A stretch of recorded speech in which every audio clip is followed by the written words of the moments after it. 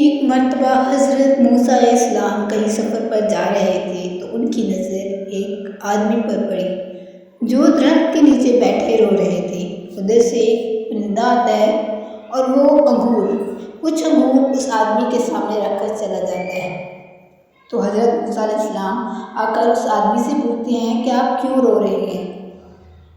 آدمی جواب دیتا ہے کہ میرے گناہ بہت زیادہ ہیں اور میں 35 سال سے اپنے گناہوں کی معافی مانگ رہا ہوں۔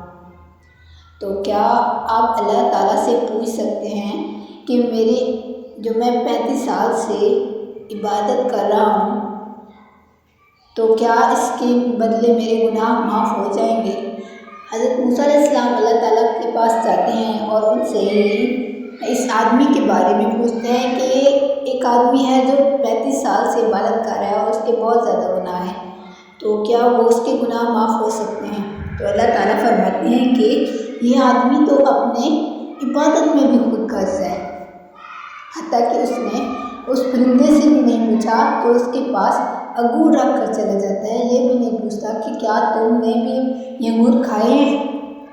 تو حضرت موسیٰ علیہ السلام آتے ہیں اس آدمی کے پاس اور اللہ تعالیٰ کا یہی پیغام اس آدمی کو سنا دیتے ہیں۔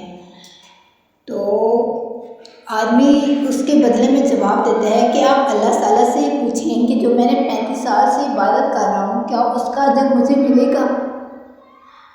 تو حضرت موسیٰ علیہ السلام اللہ تعالیٰ کے پاس واپس جاتے ہیں اور یہ سوال اس آدمی کا یہ سوال اللہ تعالیٰ کے پاس اللہ تعالیٰ کو سنا دیتے ہیں۔ تو اللہ تعالیٰ فرماتے ہیں کہ اس آدمی کو کہو تم ایک چیز مانگ سکتے ہو اپنی اس عبادت کے بدلے، لیکن تم اپنے گناہوں کی معافی نہیں مانگ سکتے، کچھ اور چیز مانگ سکتے ہو۔